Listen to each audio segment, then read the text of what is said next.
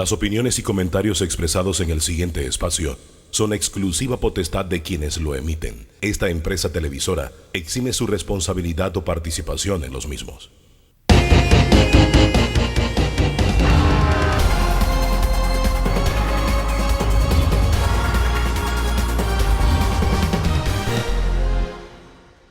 Señoras y señores, bienvenidos a Debate Abierto Dominical. Gracias por su sintonía.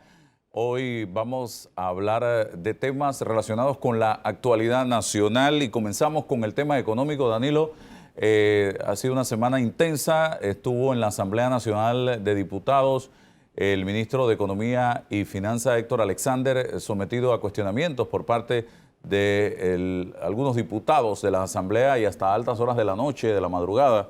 Y de allí surgieron aspectos interesantes que hoy vamos a estar analizando con algunos especialistas. También vamos a estar hablando del tema de educación, del tema caja de seguro social.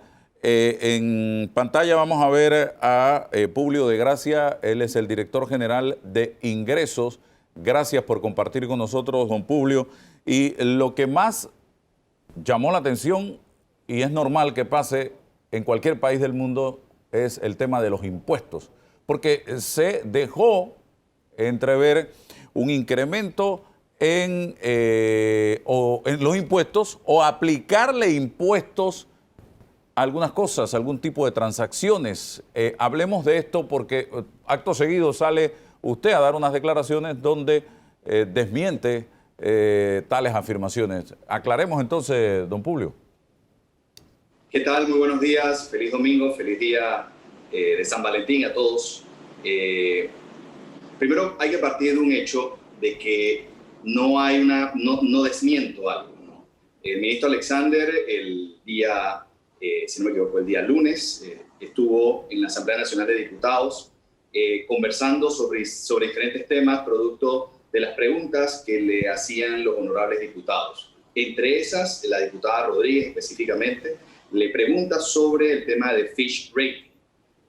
Seguidamente, dentro de las preguntas que hace la honorable diputada, se menciona la posibilidad o a pregunta de si el Estado panameño estaba considerando el aumento de impuestos producto de algunos puntos que había tratado este informe.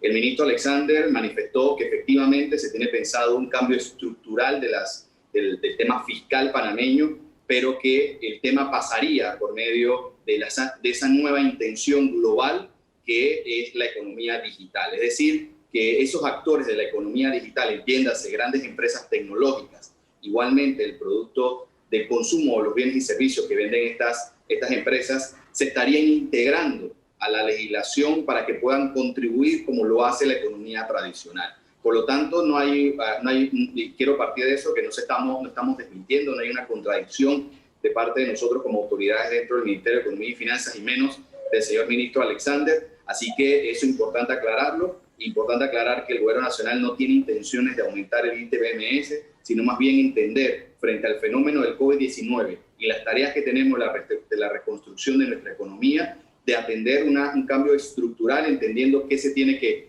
mantener, qué hay que modernizar, a qué temas tenemos que priorizar de ahora en adelante. Sí, señor Publio, estamos hablando de gravar impuestos a aquellas compras que se hacen por Amazon, Alibaba, eBay y otras plataformas internacionales.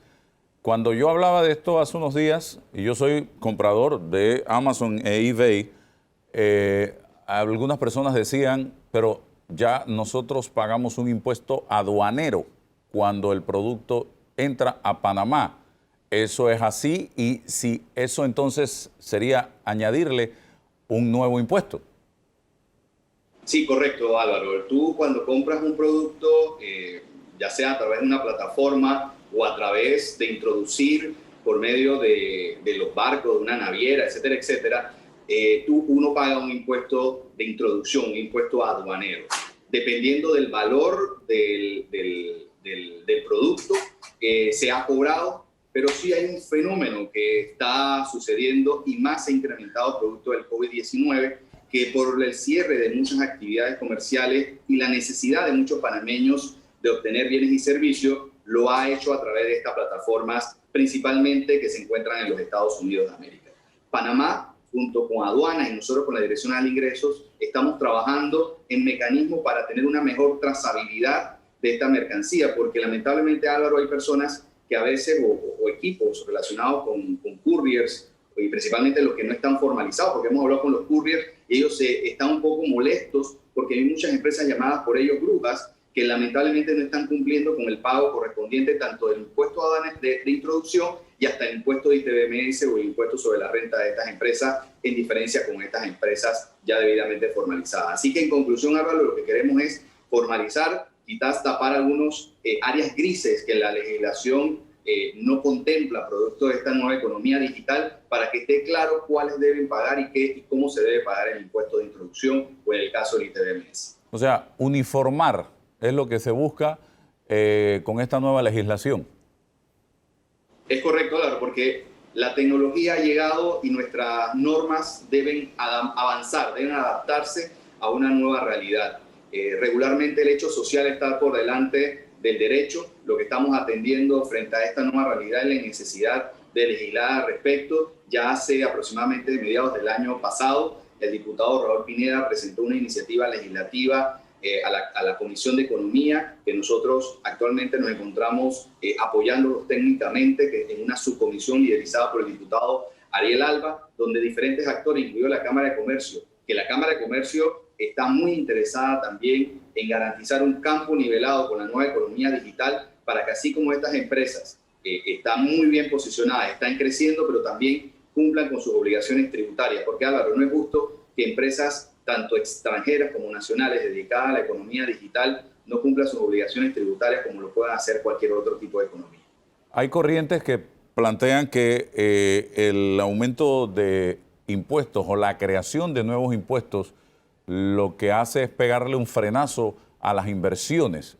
Y hay corrientes que también dicen que cuando la economía está bien no debes aumentar impuestos porque te vas en la dirección de aguantar. Y cuando está mal, no es el escenario correcto tampoco para incrementar o crear nuevos impuestos. Hemos visto en algunos países que se ha procedido incluso a suspender el cobro del ITBMS para mover un poco, dinamizar un poco la economía de estos países. En Panamá se tiene algo pensado en esa dirección, y se lo pregunto porque incluso meto aquí análisis que se han hecho en gobiernos anteriores, se ha analizado la posibilidad de aumentar del 7 al 10% el ITBMS en Panamá, que es uno de los países que tiene el ITBMS más bajo de la región. Exacto, Panamá tiene el ITBMS, lo que en otros países se le conoce como el IVA, más reducido que en muchas partes, el 7%, comparado a experiencias o realidades en algunos estados de los Estados Unidos de América. Y Álvaro, hay que partir del 8, no tenemos contemplado un aumento del ITBMS, eso tiene que quedar bastante claro. Es más, Álvaro, el presidente Cortizo impulsó y la Asamblea Nacional de Diputados aprobó, anteriormente ya es ley de la República, una reducción del impuesto para las micro, pequeñas y medianas empresas a pagar del impuesto sobre la renta. Panamá ha hecho lo correcto, ha reducido los impuestos ya de las MIPYMES, y eso de alguna manera debe ayudar, según nuestras proyecciones, para que las micro, pequeñas y medianas empresas puedan reactivarse, mantener la mayoría de los puestos de empleo, pagarle a los proveedores. Coincido totalmente contigo, Álvaro, y con tus economistas que piensan así. Yo no soy economista, yo soy abogado dedicado a estos temas, pero coincido en mis lecturas que tengo, no solamente de las experiencias del pasado, que nos recuerdan que la clave está en la inversión, en estimular el consumo, y hacia eso apostamos. El año 2021, Álvaro, el impuesto sobre la renta, probablemente vamos a tener un impuesto sobre la renta muy reducido, producto evidentemente de que el año pasado la mayoría de las actividades económicas estuvieron cerradas y otras no tuvieron las ganancias que regularmente pudieron obtener. Estamos apostando al consumo, por eso hemos avanzado a que debemos atender el tema relacionado con compras y servicios, pero también recordar, Álvaro, que uno de los puntos más débiles que tiene la República de Panamá y que nos encontramos luchando es la evasión fiscal. La evasión fiscal es clave para no solamente garantizar que podamos obtener los ingresos correspondientes, sino también para demostrar la efectividad de nuestra legislación para la lucha contra la defraudación fiscal. Así que estamos apostando a la tecnología igual como lo estamos haciendo también para el tema del licor, del tabaco, para trazar y todos los panameños y panameñas a través de sus empresas obligadas a cumplir con sus obligaciones tributarias, lo hagan. Nosotros creemos en el cumplimiento voluntario, estimulamos el cumplimiento voluntario. Ahí hay menos gasto por parte de la administración tributaria, pero no tengan la menor duda, donde tengamos que accionar y ejercer la capacidad de la Dirección de Ingresos, lo vamos a hacer, porque no podemos permitir que las personas ganen dinero y no contribuyan al esfuerzo de recuperar la economía. Principalmente, Álvaro, nosotros no creemos que la clase media deba seguir manteniendo el tema de los impuestos o el tema de la imposición de los impuestos. Creemos que los que ganan más tienen que cumplir con sus obligaciones tributarias y hacia allá apuntamos. Bien, esa era mi siguiente pregunta. Este es un país con una inequidad gigantesca. Aquí el que más tiene, no el que más gana, el que más tiene paga menos impuestos que el que menos tiene. Y esa brecha hay que buscar un mecanismo para cerrarla definitivamente, porque el que menos tiene va directo a la yugular, al salario, el impuesto que tiene que pagar. No tiene manera de evadir impuestos. Sin embargo, el que más tiene, sí tiene 1000 autopistas, carreteras, corrillos, callejones para evadir los impuestos, y eso es lo que hay que buscar sin hacer daño a nadie, siendo justo realmente. Y lo otro, el tema de los ingresos del 2020 y de lo que va del año 2021, ¿cómo estamos? Si usted fuera médico, ¿cómo lo analizaría? Estamos en cuidados intensivos, Álvaro. Eso no hay otra palabra como mencionarla. La economía, como lo ha dicho el ministro Alexander, y utilizo sus palabras, el año 2020 y el año 2021 son años terribles para nuestra economía. No podemos negar eso. Tenemos que ser muy creativos, tenemos que ser muy responsables, tenemos que tomar las medidas correspondientes. Hay mucha injusticia a veces cuando al ministro Alexander se le señala. Es un hombre brillante, un hombre que está muy claro con las situaciones que vive el país, un hombre que prefiere muchas veces no estar tanto en los medios de comunicación, sino estar trabajando junto a su equipo, que participamos activamente también junto con el viceministro Armengol, la viceministra Enelda Medrano. Nosotros tengan por seguro que estamos haciendo las cosas en la dirección correspondiente.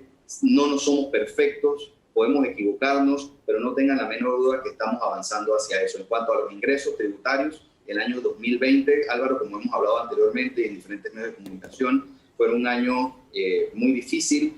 Aproximadamente cerramos con un 27-28% en diferencia contra el presupuesto y contra el año 2019, casi 1.750 millones de dólares menos de lo que pensábamos recaudar, pero tomando en cuenta que era un presupuesto sin pandemia, pero también recordando, como lo dice el ministro Alexander, que ya, si vemos esto como si fuese una familia, tuvimos la necesidad y tenemos la necesidad de recurrir a deuda para poder cumplir con obligaciones tan sensibles como si tuviéramos un hogar, de pagar la luz, de pagar el agua, de pagar el auto que se debe de pagar porque una de las personas de las familias dejó de trabajar. Vivimos una situación igual que vive las familias panameñas. Así se encuentra la economía de todos, la economía del pueblo panameño, pero necesitamos avanzar. Sabemos que el año 2021, a principio, y te contesto a tu pregunta de cómo va la recaudación, principalmente tomando las estadísticas del mes de enero, te puedo decir que el mes de enero fue un mes que nos sorprendió positivamente, a pesar del cierre que tuvimos al inicio del año. Tuvimos que extender el año fiscal hasta el 15 de enero, pero si sumamos todo el mes de enero, estuvieron por encima del presupuesto, aunque un presupuesto bastante limitado, bastante, de alguna manera, conservador. Pudimos por lo menos atenderlo. Esperamos que ahora que comenzamos a activar la economía y reabrirnos, manteniendo las medidas establecidas por el Ministerio de Salud, que es clave para recuperar la economía, creemos que podemos hacer las cosas mejor, pero confiamos que a partir del segundo semestre podamos despegar definitivamente, como lo ha dicho las diferentes entidades internacionales que creen que Panamá puede ser la economía, una de las economías que más crece en el año 2021. Sí, Danilo Toro pregunta. Buenos días, don Publio, ¿cómo está? ¿Cómo está? Buen día, don Toro. Usted acaba de hacer un diagnóstico que pone al país, pone a la finanza del país en cuidados intensivos. Es decir, que el país está entubado. Ahora, vamos un poco a lo que es el tratamiento y el pronóstico. Sabiendo que ya estamos en la frontera del tope del endeudamiento, hemos visto varias señales desde afuera y desde adentro de que ya ya capacidad de estar buscando crédito no son muchas las que el país tiene. Uno. Dos, tenemos una limitante en la capacidad productiva del país. Eso significa que la empresa privada, como ya también lo acaba de decir usted, no tendrá la capacidad de contribuir con impuestos como lo estuvo haciendo anteriormente. Y tres, tenemos una reducción del empleo.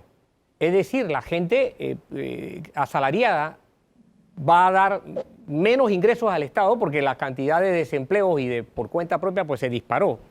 Tomando todo esto, ¿cuál es el pronóstico a corto y mediano plazo? Tomando en consideración que nuestro país es un país que ha vivido fundamentalmente tanto del crédito por el lado de lo que el Estado hace como del crédito privado, es decir, lo que la banca ha estado poniéndole a la gente a disposición a través de las distintas formas de crédito. ¿Cuál es nuestro pronóstico a corto y mediano plazo, señor director? Primero, don Danilo, no estamos entubados, tampoco estamos hasta allá. Pero ¿cómo estar en cuidado intensivo si no está entubado? No hay forma. O sea, en cuidado intensivo solamente se puede estar entubado. Y prefiero no avanzar a la parte muy técnica, pero sí nos encontramos en un cuarto especial actualmente siendo monitoreados. No podemos negar esa realidad.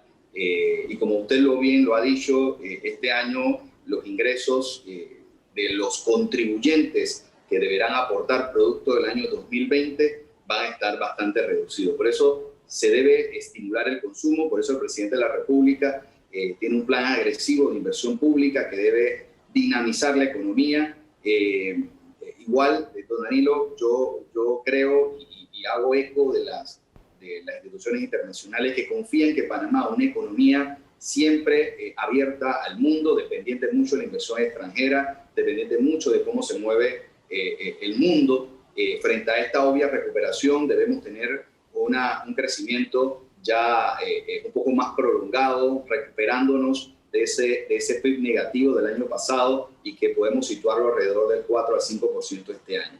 Yo, principalmente, Danilo, nosotros en el Ministerio de Economía y Finanzas y principalmente en la Dirección de Ingresos, nosotros confiamos que con los ingresos o los impuestos que tenemos que recaudar este año o lo que establece la ley, creemos que podemos hacer la recuperación. No creo que en este momento que tengamos que atender el tema de los impuestos, hacer algún cambio en materia impositiva, pero sí un cambio estructural. El cambio estructural va de la mano, como lo ha mencionado el ministro Alexander, de ver algunas actividades que tienen algunos tipos de exoneración e incentivos que ya no merecen ese tipo de incentivos. En la creación de nuevas zonas francas o en zonas especiales, hemos hablado muy sinceramente con la Comisión de Comercio, por ejemplo, que es importante que en el régimen fiscal que se está desarrollando se establezca un periodo de tiempo de incentivo y no que sea por el siglo de los siglos, sino que deben tener etapas, porque al final la clave del país, la economía o atracción del empleo desde mi punto de vista y del Ministerio de Economía y Finanzas no se trata solamente de crear un régimen de incentivos, porque así mismo lo puede crear Colombia, lo puede crear Costa Rica. Nuestra posición geográfica es nuestra mayor fuente, nuestra mayor posibilidad para poder rescatar y poder avanzar. Así que yo sí creo y confío, tengo mucha esperanza que salgamos muy pronto de estos cuidados intensivos. No podemos negar que el año 2021 va a comenzar muy difícil para nuestra economía. Tenemos que sostener la nave y el ministro Alexander es un gran capital con la ayuda, obviamente, del liderazgo del presidente Cortizo. Sí, ayer escuchaba a una persona en una protesta que hubo en las calles de Panamá decir esto así, afirmar esto. El gobierno ha recibido 10.000 millones de dólares en préstamos, este gobierno, durante la pandemia, y no sabemos qué se ha hecho. Yo le hago la pregunta a usted que maneja el tema de los ingresos. Panamá, este gobierno ha recibido 10.000 millones de dólares en financiamiento, en préstamos durante la pandemia. Bueno, yo como director de ingresos tengo que recaudar aproximadamente el 60% de los ingresos tributarios, la materia fiscal, la parte esta relacionada con los préstamos, lo ve el área de financiamiento público, pero obviamente yo participo en la mesa donde se discuten estos temas y creo que hay que hacer un poquito de docencia a los ciudadanos y de alguna manera es parte de nuestra obligación y que tenemos que mejorar y comunicar de manera más clara y quizás para que el país lo pueda entender desde la persona que no pueda tener tanto conocimiento económico al que lo pueda tener más. Y lo repito, Álvaro, como lo hice creo que al principio de la conversación. Nuestro país es como una casa. El año pasado se pensaban recaudar $100, pero solamente se recaudó $70. Y no solamente en la casa de todos, que es Panamá, se recaudó menos, sino que hubo que alguien de la familia tuvo la situación de una enfermedad muy complicada y cara de atender. Es por eso que no solamente los $70 ya no son reducidos, sino que adicionalmente hay una complicación en el hogar que requiere de solicitar un préstamo a un banco. Sería, en el caso de una casa, nosotros a un banco global, a una institución global, para poder atender no solamente el gasto regular del año, sino también el gasto adicional que hemos tenido. Y es allí donde el gobierno nacional ha necesitado esos ingresos, porque no solamente hemos obtenido menos ingresos para poder invertir o gastar en materia social, sino que adicional el gasto social ha aumentado producto de la pandemia. No solamente atendiendo materias sanitarias, sino también el gasto social a través del Panamá Solidario, que tenemos tenido que atender a casi 1.8 millones de panameños, y $120 que se paga hoy a través del Vale Digital. Imagínense, multiplíquenselo por 1.8 millones de panameños de manera mensual. Es un gasto extraordinario, pero que nosotros teníamos que hacer. No podíamos dejar a los panameños, no podemos dejar a los panameños desamparados. Y es por eso que el presidente Cortizo ha hecho los sacrificios necesarios. También muchas veces se dice que el gobierno no ha reducido sus planillas. Podemos hacer más, no hay duda. Pero es claro que también lo hemos hecho. Nosotros aquí, en el Ministerio de Economía y Finanzas, que se maneja el tema de las posiciones, los nombramientos en algunas áreas del gobierno, se han congelado, se han limitado posiciones como nunca antes en los últimos años. Así que hay un sacrificio, podemos hacer más, vamos a seguir haciendo más, pero es importante que el COVID-19 aún sigue manteniendo seguimos dependiendo del COVID-19 y del comportamiento social y de cómo evoluciona la pandemia. Álvaro, los dineros que se han pedido prestados son necesarios para poder mantener la economía. Igual esos dineros son y serán destinados a las micro, pequeñas y medianas empresas. Se están haciendo algunos ajustes junto con el Banco Nacional y diferentes instituciones para que llegue de manera más rápida y fácil a las personas que lo necesiten a través de sus empresas. Se acabó el tiempo. ¿Tú ibas a decir algo, Danilo? Sí, don Publio, nada más simplemente, ¿cómo estaba su perspectiva frente a los ingresos que no vienen por vía de impuestos, sino por concesiones, por pagos de tasas y servicios? ¿También estamos en situación delicada allí? Hay que recordar que, por ejemplo, el tema marítimo, el tema logístico, el Canal de Panamá ha mantenido un crecimiento importante. Personalmente, creo que tenemos que aprovechar esta coyuntura histórica de que tenemos la oportunidad de negociar ciertas concesiones. El pasado fue diferente. En el momento cuando hace 25 años, en algunas áreas que se están negociando y se van a negociar en los próximos meses, eran momentos donde Panamá estaba viviendo un renacimiento producto luego del proceso, luego de la invasión, y teníamos otras perspectivas, queríamos dinamizar la economía, había que probablemente tomar esos riesgos que se tomaron en los años 90, pero este momento histórico que vive el país, tenemos que tener más capacidad para que estas empresas que tienen ganancia, que tienen beneficio, tengan que tributar y tributen más en beneficio del panameño. Esa es justicia. Nosotros no podemos, nuevamente reitero, cargar a la clase media, y no lo vamos a hacer. El presidente Cortizo está claro que a la clase media hay que ayudarla, no cargarle más impuestos. Por eso nosotros creemos que debemos mantener la justicia tributaria, que como bien lo dice don Álvaro, que el que gana más, obtiene más beneficio, cumpla con sus obligaciones, pague lo que tenga que pagar, y principalmente estas concesiones creemos que estratégicamente lo deben hacer nuestros negociadores, y sé que el presidente Cortizo ha dado esa indicación al respecto. Bueno, muchísimas gracias, don Publio, por atendernos en la mañana de hoy. Siempre un fuerte abrazo. Vamos a la pausa.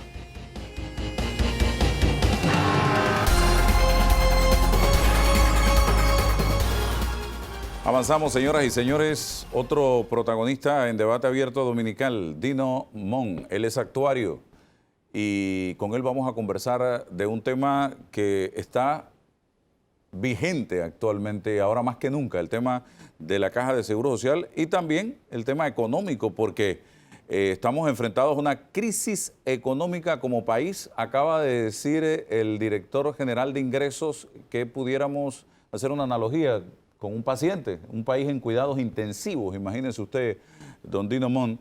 Y esto enfrentado a la grave crisis que tiene la Caja de Seguro Social, principalmente en el programa de invalidez, vejez y muerte, que es el que paga las pensiones. Hablemos de esto, don Dino Montt. Bueno, muy buenos días a todos. La verdad es que sí sorprende de una manera tan prístina y transparente el cómo el gobierno pues ha puesto en la palestra un tema de las finanzas públicas que realmente yo creo que más que sorprender se venía vaticinando ya desde hace bastante tiempo, porque pues obviamente con una pandemia como la que ha vivido el mundo, nosotros no podíamos estar fuera de esa realidad y nos iba a impactar económicamente. Lo que sí yo pienso que es lo que llama poderosamente la atención, es que sabiendo que este problema mundial nos iba, por supuesto, a poner en un proceso de reflexión hacia futuro, no pudiésemos nosotros haber previsto el tema de la austeridad que teníamos que tener a nivel gubernamental, ¿no? El que el gasto operativo de cualquier tipo de empresa, particularmente el gobierno, esté de una forma digamos, incontrolable y que haya que pedir prestado para poder en general pagarlo, lo que implica es una falta de planeación del propio Estado, de ver cómo se achica para tratar de hacer que esto indudablemente no trascienda a afectar indudablemente el futuro, ¿no?, del país y el, por supuesto, futuro inmediato. Yo creo, de manera muy clara y hablando con amigos que me recordaban el día de ayer, que hay una regla, yo creo que muy sencilla, ¿no? Si tú no puedes ahorrar al menos 10% de lo que tú gastas, simplemente estás haciendo una mala gerencia. Y yo creo que el Estado tiene que reconocer que hay muchas partidas de donde él puede achicar, realmente haciendo obviamente gala a la población de ese deseo de contribuir de una manera inmediata al sostenimiento y al futuro de Panamá, haciendo lo que es correcto, ¿no? Y utilizando esos ahorros, por supuesto, para activar la economía y crear empleos. Estamos hablando de que el gasto operativo está sobre los 9.000 millones de dólares. Ahorrar 10% es 900 millones de dólares, y eso en una sentada, cada de alguna manera estamento de este gobierno puede ver indudablemente cómo esto opera. Tomando tus palabras, Álvaro, yo creo que esto pone, por supuesto, el tema del diálogo sobre el IBM desde una perspectiva muy diferente, porque tenemos un Estado al que le estamos tratando de involucrar dentro de la solución propia de la Caja del Seguro Social, cuando tiene sus propios problemas, su propio problema de flujo que tiene que pagar. E indudablemente esto hace que sea una restricción importante para buscar soluciones en donde el Estado, por supuesto, sea un actor dentro de todo esto, ¿no? Así que realmente es relevante la noticia, porque va a impactar de una manera fundamental los resultados del diálogo, y hay que tener mucho cuidado en que ese impacto no lleve al uso de soluciones que realmente agraven más el problema y no de alguna forma lo solucionen, ¿no? El problema de invalidez, vejez y muerte, lo único que lo resuelve en este momento es dinero. Para resolver el problema se necesita plata, se necesita dinero. Señoras y señores, entendamos eso. Solo hay una fórmula de resolverlo: con plata.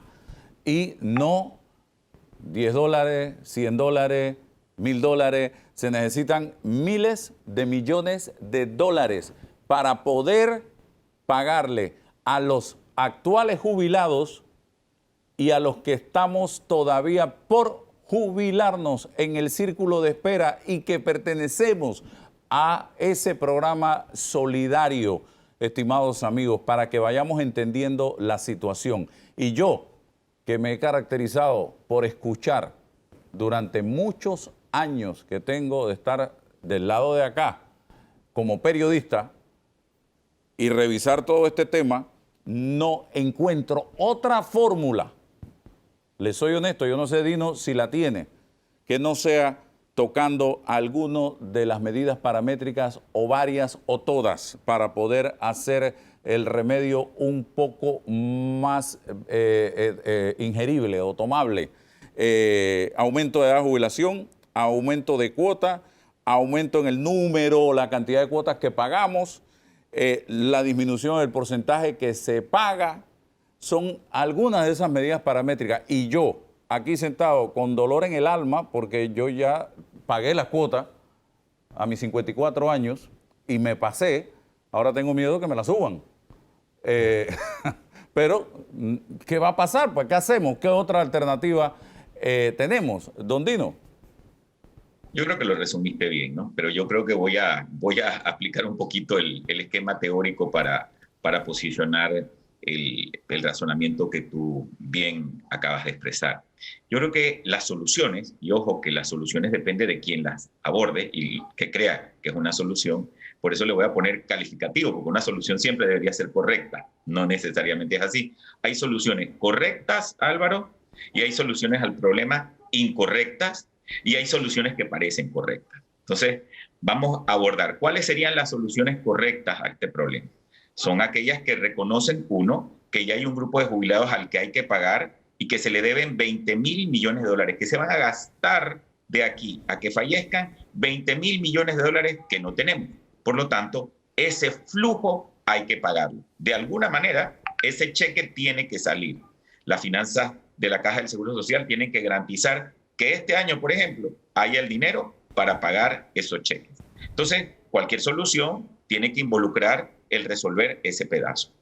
Otro pedazo que tiene que resolver una solución correcta es reconocer que hay un problema con la fórmula de pensionamiento del sistema. La fórmula del pensionamiento es una fórmula extremadamente dadivosa, simplemente incosteable. Está regalando el sistema una cantidad de dinero que el país no puede seguir regalando y obviamente la solución que sea correcta tiene que reconocer el cómo reestructurar los beneficios de pensionamiento de tal manera que efectivamente las próximas generaciones tengan un beneficio cónsono con lo que de alguna manera están aportando y buscar las condiciones para que el beneficio sea un beneficio digno. Y por supuesto, la solución correcta, como tercer pedazo, tiene que reconocer que hay un proceso de transición a ese, digamos, nivel ideal de cosas en donde la pensión es la correcta, en donde está bien estructurada para las próximas generaciones, que también hay que costear. Porque pues al que le prometiste que ya va a tener una pensión y que le falta poquito para jubilarse, indudablemente va a entrar al sistema y eso es deuda nueva que cae y que tienes que pagar. Ante un escenario como el que estamos hoy levantándonos, en donde nos dicen que el Estado está en rojo, que tiene que pedir prestado para pagar su funcionamiento, por supuesto, pensar que el Estado va a poner dinero en el IBM es casi una falacia, porque yo te aseguro que en ese gasto operativo no está nada incluido de la Caja del Seguro Social, Álvaro. Por lo tanto, hay que tener mucho cuidado porque entonces podemos caer en las grandes soluciones incorrectas. ¿Cuáles son las soluciones incorrectas? Las soluciones que sí, que reconocen que hay que pagar un cheque, pero que lo que quieren es generar algún tipo de fondos dentro de la caja que permita en una transición pagar los considerandos de egresos que tenemos en los próximos años muy a corto plazo y dejar que el problema trate de resolverlo otro. Este tipo de soluciones que ya se han venido dando de año tras año y de gobierno en gobierno, no podemos dejar que ocurran porque efectivamente nos van a poner en un empeño del país que simple y llanamente no va a ser sostenible para la población. Entonces, aquella solución que reconozca que hay que pagarle a los jubilados, pero que no reconozca que hay que reestructurar totalmente el sistema de pensionamiento, reestructurar las pensiones que se están dando para las nuevas generaciones, es una mentira. Y el que nos las venda de esa manera, los panameños tenemos que poderles decir, eso no es posible. Ya tenemos que comenzar a sumar y a restar y no dejar que la parte política nos manipule, nos venda algo que a futuro simple y llanamente este país no va a poder soportar. Volvemos a lo mismo. La política puede ser algo que cree un beneficio enorme para la población y para un país en general, pero también puede ser algo que haga mucho daño cuando realmente no es utilizada de la forma correcta. Siempre decía Churchill, me comentaban unos amigos que tenía esta expresión muy clara, ¿no? La política solo piensa en las próximas elecciones. Los estadistas, ¿sí? El gobierno que realmente es bueno, piensa en las próximas generaciones. Y eso lo tenemos que de alguna manera todos tener en la mente. ¿Están pensando en las próximas generaciones o están pensando en las próximas elecciones? Esas son las soluciones incorrectas que no debemos permitir, que siempre van a prometer que casi el estado de cosas no va a variar, solo paguemos un poco más, solo hagamos esto para de alguna manera pasar el temporal. Esas soluciones hay que rechazarlas porque efectivamente no están bien pensadas. Y las soluciones que pueden ser transitorias o que realmente parecen buenas y no son las mejores, son típicamente aquellas en donde toda la estructura técnica está bien, todo lo que de alguna manera se percibe de la misma puede operar de manera eficiente, pero donde realmente se deje algo, ¿sí?, a la sazón de que un gobierno pueda decidir o no hacerlo, típicamente esa solución va a ser una solución que en el transcurso del tiempo se convierta en una solución mala. Parece buena, pero es mala. El ejemplo, la solución que dimos en el 2005. La solución del 2005 de la reforma fue muy sabia. Era una reforma para cubrir las nuevas generaciones, pero el que se quedaba en el sistema exclusivo de beneficio definido, que es el que está quebrado hoy, el Estado tenía que aportar cierta cantidad de ingresos en el tiempo que mantuvieran una relación entre gasto y ahorros, que le llamábamos nosotros que las reservas no podían ser menores que 2.25 veces el gasto, para así garantizar la salud del sistema. Por supuesto, cuando analizamos esa solución de 2005, parecía técnicamente viable. Parecía que si la pirámide que teníamos de base no pagaba a la siguiente generación su pensión, alguien tenía que pagar y esa relación era la que graduaba. Era una relación técnica tan hermosa, fue muy discutida, nos juntamos, peleamos, eso era lo que había que hacer y técnicamente se dejó puesto en la ley como una cosa tan preciosa. ¿Qué pasó? Pasaron 15 años al día de hoy y el gobierno en estos 15 años debía haber puesto 10.2 billones de dólares para mantener esa relación. Claro, porque si la pirámide poblacional se va achicando, no tenemos tantos cotizantes para pagarle a los jubilados, alguien tiene que pagar la cuenta si queremos regalar el beneficio, ¿verdad? Los técnicos hicimos el trabajo y se puso esa relación para que el gobierno supiera que tenía que ver de la economía. Entonces, ¿de dónde se sacaba esto? Porque eso era lo que hacía consenso. Pues esas soluciones tampoco son las mejores, las que parecen buenas, pero que terminan a la larga siendo manipuladas por la situación del momento. Entonces, en esos extremos, Álvaro, y en ese tema central es en donde debemos discutir en el diálogo y en donde debemos los panameños estar muy atentos al cómo se desarrollan las cosas aquí en adelante. Y ojo, este proceso de alerta que acaba el ministro de Economía poner en la mesa es la principal restricción para las soluciones, porque nosotros pensábamos que el Estado realmente podía cooperar. De hecho, si se subía el ITBM, podíamos utilizar de ese ITBM para la Caja del Seguro Social. ¿Qué estamos viendo? Que lo que se suba de ITBM, ¿para dónde va a ir? A fortalecer el Estado, ese gasto operativo y todo lo que el Estado necesita hacer para restablecer el país. Entonces, la Caja del Seguro Social, ¿qué le queda? Parece que solo los asegurados tenemos que poder resolver nuestro propio problema de flujo y nuestros propios problemas. Y ojo, que el Estado también está en la mesa participando. Así que tenemos que ver cómo ahora jugamos pelota todos los actores en todo esto para que no salga un guacho que definitivamente nos termine de dar en la cabeza, ¿no? Sí, este problema ya no necesita más curitas, no necesita más parches. Es hora de buscarle una solución. Y yo escucho mucha gente que desconoce la gravedad de la situación. hablando de, oye, recuperen los fondos que se robaron en un programa de vivienda en los años no sé qué cuándo. Oye, que el canal ponga, señores, si el canal le aporta al Seguro Social los dividendos que genera año tras año, entonces no habrá 120 a los 65, no habrá beca universal, no habrá red de oportunidades y no habrán otro tipo de subsidios que son los que costea esos miles de millones de dólares que aporta año tras año el Canal de Panamá. Entonces tendríamos que escoger o para una cosa o para la otra. Otros plantean, bajen la planilla del seguro, que hay un montón de botellas. Bueno, bajen la planilla del seguro, cierto, pero eso no va a resolver el problema del programa de invalidez, vejez y muerte porque no tiene nada que ver. Lo de la planilla del seguro es del programa de administrativo y lo subsidia el Estado. El tema de la rebaja de salario a los diputados tampoco resuelve el problema, que hay que rebajar el salario. Yo no sé, sí, quizás haya que rebajar el salario, no sé. El tema de sacar a los jubilados que trabajan. Me decía Dino y el propio Carlos Abadía, con quien conversaba sobre el tema, que si los jubilados le están sacando cuota obrero patronal, o sea, están pagando y si lo sacamos entonces es un dinero que deja de entrar a la caja de seguro social. Así que hay que buscar soluciones reales y no estar hablando por hablar. Danilo.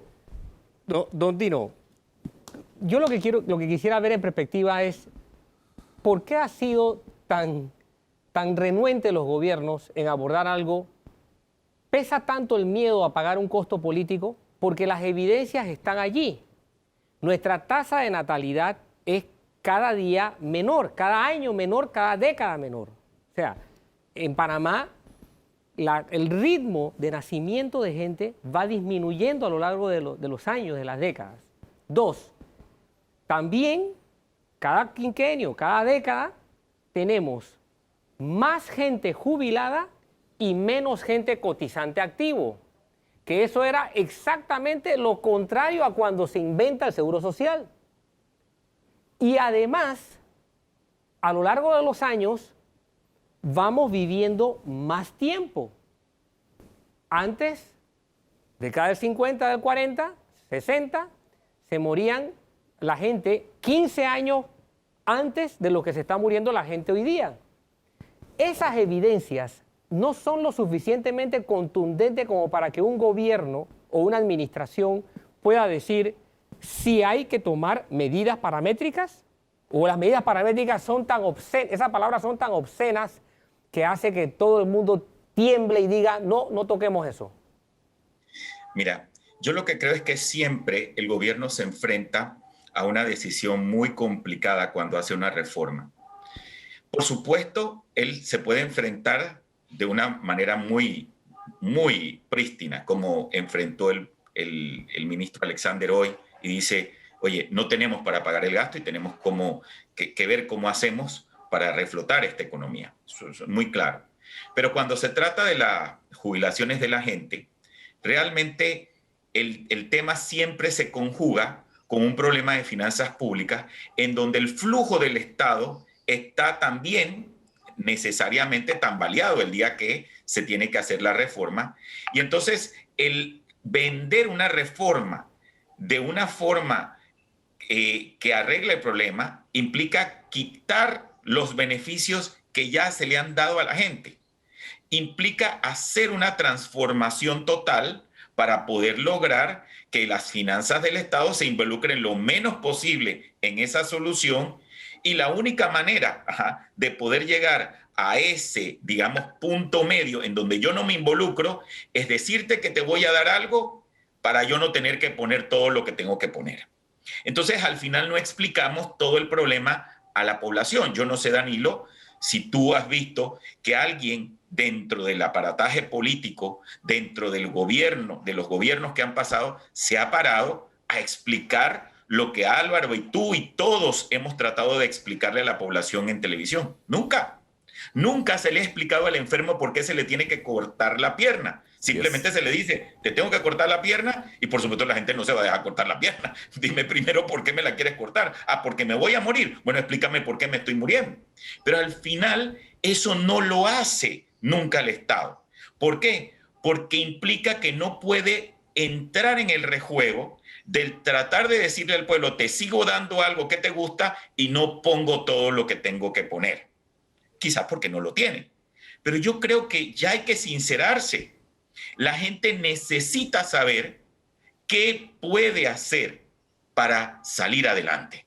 Y la única manera es que me digan todo lo malo. Cuando tú tienes una enfermedad que realmente es grave, ¿qué le dices al médico, Danilo? Que te diga la verdad, porque tú tienes que poder planear. Y humanamente, tú te sobrecoges, por supuesto, con ese tipo de respuestas que te dio un médico, pero echas para adelante y ves la vida de una manera positiva. Pues lo mismo pasa aquí. Cuando a la población tú le expliques las cosas como son y venga la explicación de quien tiene que venir, que es del gobierno, y del por qué está haciendo las cosas, todos nos vamos a unir, si es que nadie aquí quiere que el barco se hunda. Pero el problema es esa mediatez con la que decimos las cosas, todo lo mediatizamos y tratamos de dar una solución impuesta, y al imponer, pues que sea lo menos impositiva posible para que la gente no se tire a la calle. Eso es lo que no debemos hacer. Lo que ha pasado en Nicaragua, Chile, es eso, es tratar de imponer cosas sin explicarle a la gente qué es lo que pasa. Yo creo que ustedes y todos los medios de comunicación en este periodo hay que felicitarlos porque han hecho un trabajo enorme por tratar por primera vez de explicarle al público desde diferentes esferas que no hay una solución que sea ni barata ni que de alguna manera no duela. Eso lo vamos a tener todos que entender de una vez por todas, sea que nos los diga el gobierno o sea que nos los digan los medios de comunicación. Y ahí es donde tenemos todo el capital político en este periodo para poder hacer las cosas, porque la gente está necesitada de saber cómo vamos a resolver este problema futuro, Danilo. Bueno, gracias. Gracias, Dino. El jarabe, la medicina es amarga. Aquí. Es bien amarga. Me recuerda el aceite de hígado de bacalao cuando éramos niños. Así es. Que ahora le han echado saborizante. Ahora le han echado saborizante. Pero ahora hay mucha más, lo que dice don Dino, ¿no?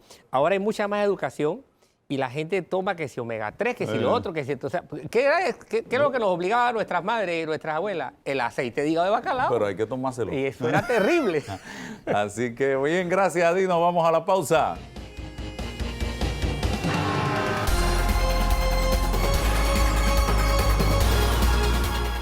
Avanzamos, señoras y señores. Desde hace muchos años tuve el privilegio de conocer a una mujer que vive 24/7 dedicada a trabajar por la educación. Es una convencida de la necesidad que tiene el país de echar adelante en educación y ha aportado desde donde se encuentra siempre para lograr esos objetivos. La profesora Noemí Castillo está con nosotros en la mañana de hoy. Profesora, gracias por darnos la oportunidad de conversar con usted en esta coyuntura que estamos viviendo actualmente, donde a veces siento que estamos como en un barco a la deriva en temas de educación. No sabemos para dónde vamos, ni siquiera de dónde venimos.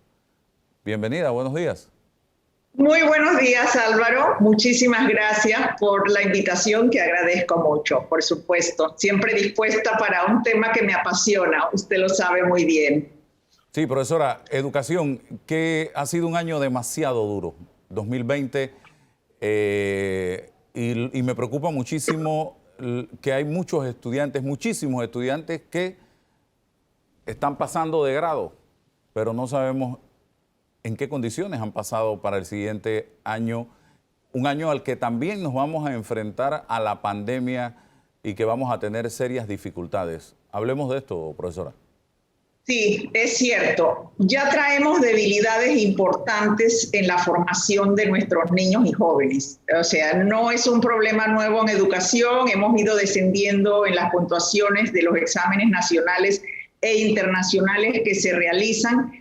Y tratamos de hacer un esfuerzo, se emprenden acciones y se desarrollan programas, sin embargo, es un poco como usted dice, un poco a la deriva, ¿verdad? Y hay que establecer unas políticas definidas de largo plazo para que se puedan mantener en el tiempo. Desafortunadamente nos agarró la pandemia durante el año 2020 y para el sistema educativo fue muy difícil, porque no estábamos preparados para una educación en línea a pesar que ya se había venido preparando a muchos docentes para que tuvieran las competencias y pudieran enseñar a través de estas herramientas de multimedia.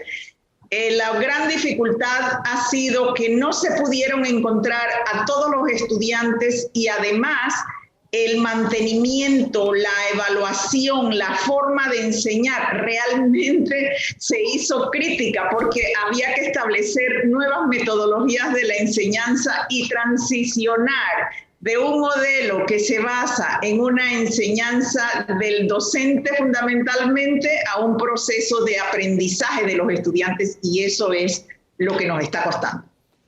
Veníamos con un problema de inequidad en materia educativa. En muchas ocasiones escuché hablar a la profesora Eliana Golcher de los 5 o 6 Panamás en materia educativa. Yo creo que ese escenario se ha reforzado aún más en pandemia, porque aquí hay muchachos que han tenido acceso a la educación todos los días, otros periódicamente, otros nunca tuvieron acceso a la educación, en fin. Entonces esto profundiza aún más la crisis que ya veníamos viviendo, como usted misma señala, profesora. Sí, mire, y es muy cierto y tenemos que decirlo muchas veces, Panamá es un país inequitativo y eso no es nuevo. Nosotros venimos, pero por años, con un índice de inequidad muy grande y no estamos dispuestos a resolverlo. Y esa es un poco la clave, porque además la educación debe ser equitativa, debe ofrecer igualdad de oportunidades para todos los ciudadanos independientemente de su origen, de dónde vivan.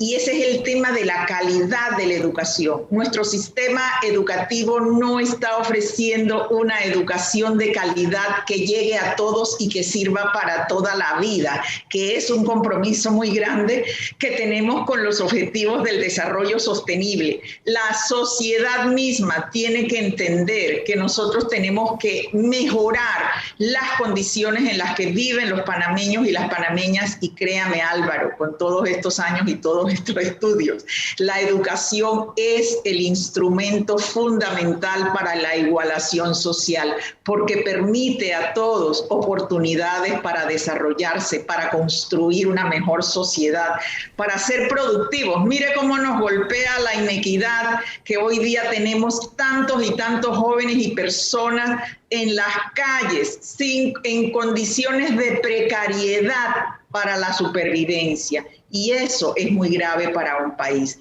Tenemos que entender que las políticas públicas educativas deben llegar a todos y que tenemos que trabajar en ese escenario para reducir las grandes inequidades que tiene la sociedad panameña. Y hoy hay diputados en la Asamblea pensando en eliminar las pruebas de certificación y recertificación para los profesionales de la salud, cosa que ya la universidad se ha opuesto, las facultades de medicina, los estudiantes de medicina de diferentes universidades, porque estaríamos yendo hacia atrás. Estamos apostando es a la mediocridad en vez de elevar el nivel, profesora. Exactamente, mire, ¿para qué nos sirven las pruebas? Para medirnos, para darnos un estándar. Si nosotros quitamos criterios, lo único que hacemos es retroceder. Vamos hacia atrás, no tenemos un techo, tenemos un piso, y eso es mucho de lo que nos ha pasado en educación y mucho de lo que tiene que ver con la calidad. Los estudiantes se preocupan por sacar el mínimo de calificación para pasar. Fíjese cómo ha crecido el fracaso, la repetición, la repitencia. Una sociedad que tiene un alto índice de fracaso escolar es una sociedad que está destinada a fracasar, porque sus jóvenes y sus niños no tienen las competencias para seguir adelante. Entonces tenemos que medirnos, tenemos que poner evaluaciones, pero unas evaluaciones que sean comprensivas, que sean 360 grados, no una evaluación memorística. Ya sabemos que eso no ayuda mucho, porque lo que necesitamos es que los jóvenes comprendan lo que hacen, comprendan lo que leen, apliquen lo que hacen, desarrollen iniciativas, creatividad, pensamiento, toma de decisiones, resolución de problemas. La educación es compleja, apunta a desarrollar de manera integral al ser humano. como persona, como individuo, con sentimientos, con empatía, con comprensión del mundo que nos rodea. Mire, con cuidado de la naturaleza. Nosotros vemos, usted lo ve, yo sufro cuando vemos que la gente sigue sacando madera del Darién y estamos en cuarentena. O sea, es un recurso natural importante que nosotros tenemos que preservar, que tenemos que cuidar. Todo eso es una tarea educativa importante, de ciudadanía, de formación, en valores, en actitudes propicias para la productividad, para ir hacia adelante, para mejorar. Yo creo que la llamada de atención importante que tenemos que hacer en este momento es que debemos esforzarnos todos, y cuando digo es la sociedad completa y todos los múltiples Panamá, en entender que la educación es un instrumento valioso y es un tesoro, como ha sido definido ya por muchos autores. Tenemos que incorporarla, tenemos que querer aprender y amar la educación y progresar y levantar los estándares, porque eso significa mejorar la calidad de la educación que nosotros estamos ofreciendo. Y a los padres, Danilo, padres de familia, sé de casos donde el padre hacía la tarea del hijo en esta época de pandemia. ¿Qué beneficio le trae eso al muchacho? Absolutamente ninguno, porque no está aprendiendo nada. La tarea es precisamente esa herramienta que tiene el profesor para medir si el muchacho realmente está aprendiendo algo. Danilo. Así es. Buen día, profesora Castillo. Buenos días. Buenos días. Profesora, quiero hacerle dos preguntas en una sola. ¿Considera usted que tendremos una generación marcada por la pandemia, una generación pandemia, marcada por el hecho del riesgo, por alguna falencia, por falta de contenidos, por falta de cierto tipo de formación, por un lado, y por el otro? ¿Considera lo mismo, pero ahora desde el punto de vista positivo? ¿Considera usted que tendremos una generación marcada por la oportunidad que representó el haber iniciado docencia, aprendizaje, por medios digitales? Y hablo de niños en edades tan tempranas como los 2, 3 años.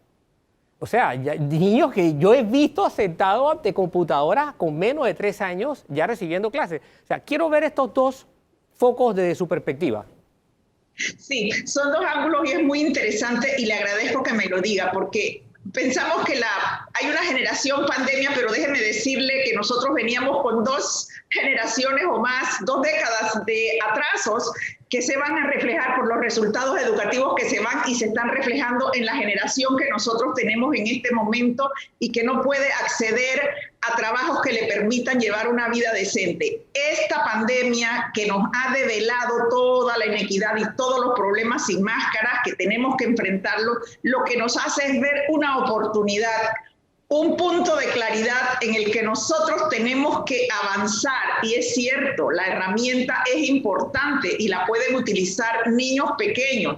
Claro, no es todo el día, no son todas las horas, hay que intercambiarlo, pero tenemos que aprender a convivir con estas nuevas tecnologías. Mire, el mundo se está automatizando, la robótica, los trabajos por proyectos, o sea, hay mucha actividad que se está realizando que realmente tiene que ver con la creatividad, con la iniciativa de los niños, con el entusiasmo por aprender. Lo que nosotros tenemos que hacer es entusiasmar a los padres de familia, como dice Álvaro. O sea, un padre se engaña a sí mismo y engaña a su hijo cuando le hace las tareas. Lo que nosotros tenemos que hacer es repreguntarle qué estás haciendo, cómo lo estás entendiendo, qué quiere decir, cómo lo podemos aplicar. Esas interrogantes desarrollan el pensamiento, hacen que los niños tengan iniciativas, desarrollen su curiosidad, quieran aprender. Y los padres tenemos que aprender y reaprender junto con los hijos. El tiempo no camina hacia atrás, es hacia adelante y hay cambios importantes de conocimiento, de tecnología. Yo digo que tenemos que abrazar la tecnología como una herramienta importante para el aprendizaje de los niños. Por supuesto que se discute el tema de la interacción social y la necesidad emocional que todos tenemos y de juntarnos con las personas, pero estamos en una transición, es un momento híbrido y tenemos que poder transitar desde lo que teníamos hacia todas las posibilidades que podemos tener a través del aprendizaje con tecnología, que es importante, es el mundo que está aquí, no por venir, está aquí. ¿Qué consejo le daría usted a la ministra Maruja de Gorday en este momento que enfrenta al frente del Ministerio de Educación, cuando tenemos, por ejemplo, una lucha entre padres de familia de escuelas particulares y dueños de colegios particulares por el tema del pago de la matrícula y el pago de la mensualidad versus lo que están recibiendo, cuando estamos, que todavía no sabemos si va a haber clases presenciales o no va a haber clases presenciales, cuando nos enfrentamos a estudiantes que no sabemos cómo realmente van a llegar a su siguiente año, si tendrán que volver a el pasado o hacer una mezcla entre lo anterior y el presente. O sea, esto no es nada fácil. Y también el tema del acceso a la educación, si se logrará este año 2021 por el 100% de los estudiantes de manera virtual. Mire, es difícil, es complejo, usted lo ha planteado muy bien, hay muchísimos problemas, pero hay un tema importante que nosotros no hemos logrado hacer en educación y es la descentralización, para poder atender las diferencias, para poder acercarse un poco más los directores regionales y nacionales a sus propias comunidades y estudiantes. El problema educativo, mire, Panamá es un país pequeñito, pero tiene muchas diferencias, usted partió diciendo eso al inicio, los 5 caras, las 5 Panamás, o lo que queramos poner. Entonces tenemos que ver cada particularidad y poder atenderla de manera integral. Y 2, los docentes. Yo no tengo recetas mágicas y no tengo un solo consejo, son muchas cosas, pero hay que trabajar con los docentes y hay que transitar con los docentes desde el paradigma de la enseñanza al paradigma del aprendizaje. Nuestros niños necesitan aprender. Nuestros jóvenes necesitan aprender las fundamentaciones, lo básico, la lectura, la escritura, la matemática, el pensamiento lógico, la resolución de problemas que nos hemos enseñado, la mejora en las relaciones interpersonales, todas las habilidades blandas que son las competencias del trabajo, el trabajo en equipo, la sinergia con las personas, ser buenas personas, tener actitudes proactivas de crecimiento y de desarrollo. Hay que trabajar duramente, hay que dejar de pensar piramidalmente, pobre ministra, que todo le cae encima. No, señor, hay que utilizar todos los equipos de trabajo, hay que trabajar en equipo y hay que atender de manera importante el aprendizaje de los niños. El futuro de los niños, el futuro de los jóvenes se juega en las salas de clase. Ahí es donde tenemos que ser buenos, tenemos que ser eficientes, tenemos que levantar estándares, quitarle las etiquetas a los niños y pensar que todos pueden aprender a su ritmo, a su velocidad, con todo lo que ellos tienen como seres humanos y como personas, estimulándolos, porque esa es la tarea de los docentes. Tenemos que estimular, tenemos que decirle a los jóvenes que sí pueden y que el futuro les corresponde. Eso es lo que debemos hacer. Hoy viene a mi mente aquel eslogan de campaña de José Salvador Muñoz, que le llamaban el revolcón. Y yo creo que la educación panameña necesita mucho de eso, de un gran revolcón, una gran revolución. Y es para ayer, no para mañana. Esto es urgente. El tema es siempre... cuando nos sentamos a hablar de educación, salen inmediatamente algunos gremios a oponerse a todo lo que se plantea sobre la mesa, y creo que llegó el momento de despojarse de cualquier interés y entre todos buscar como objetivo echar adelante con la educación, porque eso es un beneficio país. Y en eso que tenemos que pensar. ¿Qué piensa usted, profesora? Sí, absolutamente. Mire, esas actitudes son actitudes reactivas, ¿no? Del no a todo. No, señor. Hay que ver los aspectos positivos. Yo creo que si algo nos debe caracterizar a los docentes es la positividad, porque nosotros tenemos que imbuir de positividad a nuestros estudiantes y de amor. No se trata de oponerse, se trata de buscar el beneficio de los demás. O sea, nuestra profesión es una profesión de servicio, no de servirnos. Y cuando nosotros focalizamos en nuestro estudiante, que es el sujeto y el objeto de la educación, allí nos desprendemos de todas esas actitudes negativas y de buscarle siempre dificultades a las cosas, que las tenemos y grandes. Y usted está mostrando ahí un centro educativo, las carencias, la precariedad de las escuelas es impresionante. Eso hay que trabajarlo porque también es un enfoque de calidad, o sea, nosotros tenemos que mejorar, quizás también la pandemia nos da una oportunidad en este momento de trabajar y mejorar esas escuelas para que cuando los niños regresen a las clases tengan escuelas lindas, donde ellos quieran estar, donde quieran pertenecer, donde se sientan a gusto. Realmente yo siempre quiero hacer una invitación a los docentes como docente que soy, que nosotros tenemos que trabajar en favor de nuestros niños, tenemos que desprendernos, tenemos que pasar del yo al nosotros, ¿verdad? No es solamente yo, nosotros trabajamos en conjunto, como comunidad. Nosotros tenemos un concepto bello, la comunidad educativa escolar, trabajemos en conjunto con los padres de familia. O sea, pensemos que la educación es positiva, es propositiva, es para el futuro, es para el desarrollo. Usted tiene toda la razón. Necesitamos un estremecimiento grande y una revolución sobre lo que estamos haciendo. Lo que estamos haciendo nos ha llevado a donde estamos.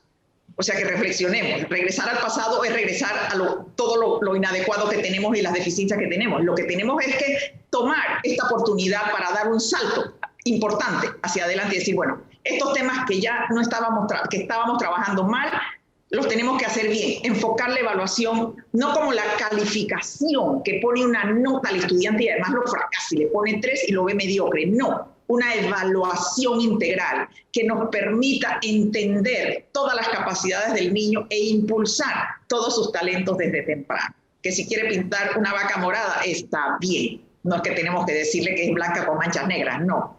Porque todo eso estimula la creatividad y las tenemos que liberar. El pensamiento hay que liberarlo, la emoción también. Y yo creo que es importante, pero cuando digo emoción, las emociones positivas, los salones de clases deben ser positivos, deben ser propositivos, armónicos y equilibrados. Entonces se requiere también que nosotros como personas tengamos la madurez, el equilibrio para abordar la enseñanza como una tarea colectiva, productiva, necesaria para esta sociedad. Muchísimas gracias, distinguida profesora Noemí Castillo, por estar con nosotros en este momento aquí en Debate Abierto Dominical. Vamos a la pausa.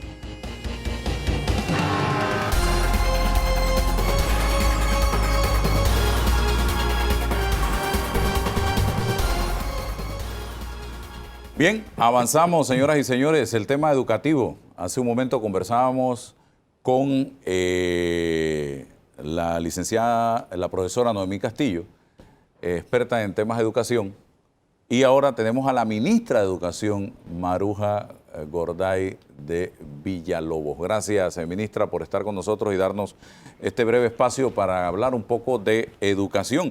Y hablábamos de la inequidad que existe hoy en este país en materia educativa, reforzada por la pandemia, donde hay varios estadios, varios Panamá en materia educativa, y tenemos que enfrentar ese problema con decisión, con coraje, con firmeza, y tiene que ser un problema en el que todos estemos de acuerdo en su solución ya de una vez y por todas. Ministra, bienvenida, breve, concisa y precisa, por favor, en esa dirección, ministra. Sí, definitivamente con el tema de equidad en el plan de gobierno del presidente y en todos los planes de gobierno de todo el sector, nosotros sabemos que hay 5 Panamás y esa inequidad se traspola directamente al área educativa, donde por un tema de conectividad, además de tener una brecha digital, tenemos brecha de conocimiento. También tenemos la inequidad, y hay que decirlo, en el tipo de servicio de educación que se ofrece en el sector particular y el sector oficial, y que pudiéramos hablar de inequidad en los recursos que tienen las escuelas en relación al área urbana, el área rural y el área comarcal. Si nos vamos a nivel de inequidad, y estos tres indicadores que he hablado es lo que han incidido significativamente en los resultados que vamos a tener como consecuencia de haber tenido un año a distancia en una suspensión física de los estudiantes en los centros educativos. Sí, profesora, hablemos de el resultado del 2020, el tema de la deserción, el tema de quién se quedó sin educación, cuántos se quedaron sin educación, cómo vamos a reforzar esto este año 2021 con todo el arrastre que traemos. Sí, Álvaro, voy a ser muy precisa. Ustedes, y creo que más que ustedes en el programa y todos los medios, han estado pendientes mucho de ese monitoreo y de esa cantidad de estudiantes que desde el 20 de julio no estaban vinculados. Iniciamos con 200.000, 100.000, 86.000. La cifra del 20 de noviembre eran 47.000, que era aproximadamente el 5% de la población, y que para nosotros era muy alta, aunque en una pandemia se espera una deserción escolar de un 15 a un 20% como cifra media de la región.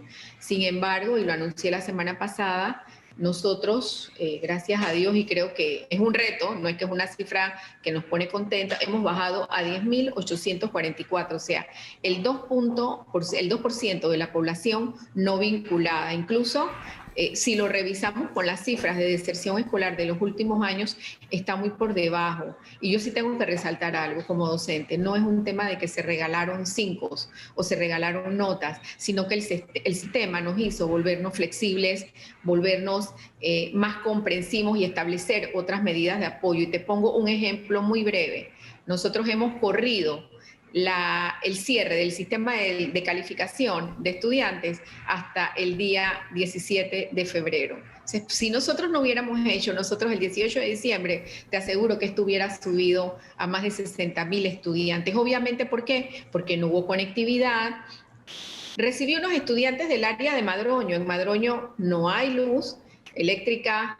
Las áreas de distancia son muy extensas, que los chicos bajen a Pacora o que bajen a Panamá Este no es fácil, sobre todo con cerco sanitario, y con los chicos de ese sector se está haciendo una medida especial de apoyo para terminar el año. Entonces esto nos hizo, además de ser más humanos, yo creo que ser más efectivos, y que en un retorno semipresencial o presencial nosotros tenemos que hacer esas modificaciones en la ley que nos lleven a tener realmente un sistema inclusivo, flexible y equitativo.